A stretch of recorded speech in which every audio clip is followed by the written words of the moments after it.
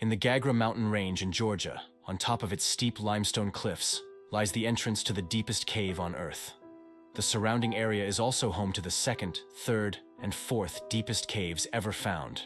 There's something about this specific area of Georgia that provides the perfect environment for deep caves to form. The deepest one of them all is the Veryovkina Cave. It has a known depth of around 2,223 meters, making it unbelievably deep.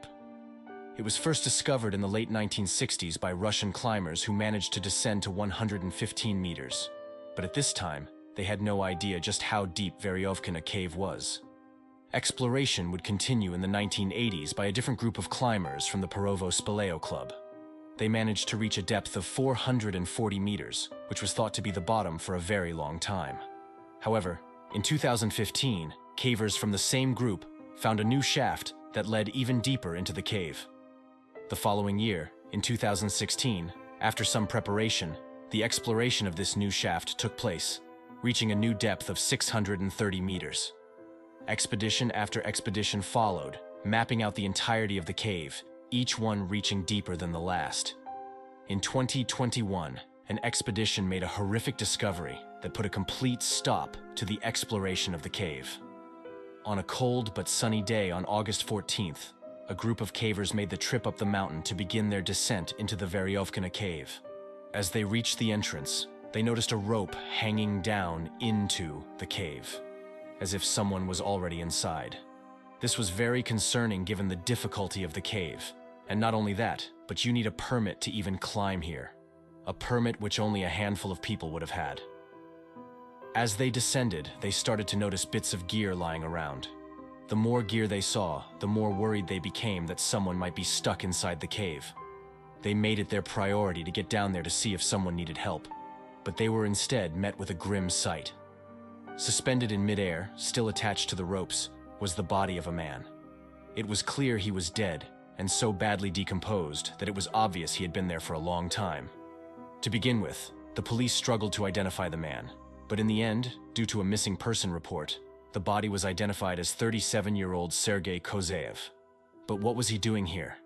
In the world's deepest and possibly hardest cave? How did he end up in such a remote place all alone? For Sergei, it all started on November 1st, 2020, when he said goodbye to his wife and 2 children as he set off for another one of his solo adventures. Sergei was a well-seasoned outdoorsman who regularly took mountaineering and hiking trips. He also took part in a variety of different sports and even ran marathons, so physically, he was certainly in the prime of his life. But Sergei had grown tired of the same hiking trails and mountains that he had seen many times before. Instead, he had his mind set on traversing through the Veryovkina Cave alone. Sergei had been planning this for many months and thought he had everything planned down to the last detail. However, Sergei had only been caving a few times before, and now he was about to head off into the deepest cave on Earth. His inexperience meant that all the planning in the world would probably have made very little difference in the outcome. Veryovkina Cave is so deep and hard to traverse that it cannot be done in a single day. You actually have to stay and camp deep inside the cave and then carry on the next day. The cave has 5 camps in total, dotted along the way down. Sergei knew this at least, and he brought plenty of food like pasta that he would cook inside the cave. In fact, Sergei kept his tent at the first camp, Camp 600, for almost a week before deciding to move on. He wouldn't have just sat there in the dark. He would have been exploring the many crevices and passages that the cave had to offer. But on the 6th day, Sergei wanted to go deeper to more challenging parts. And this is where things went horribly wrong. During his descent, at around 1,000 meters, he became stuck.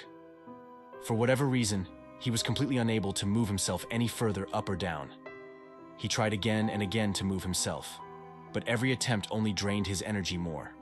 At this depth of the cave, it gets a lot wetter and colder. The temperature often reaches below freezing.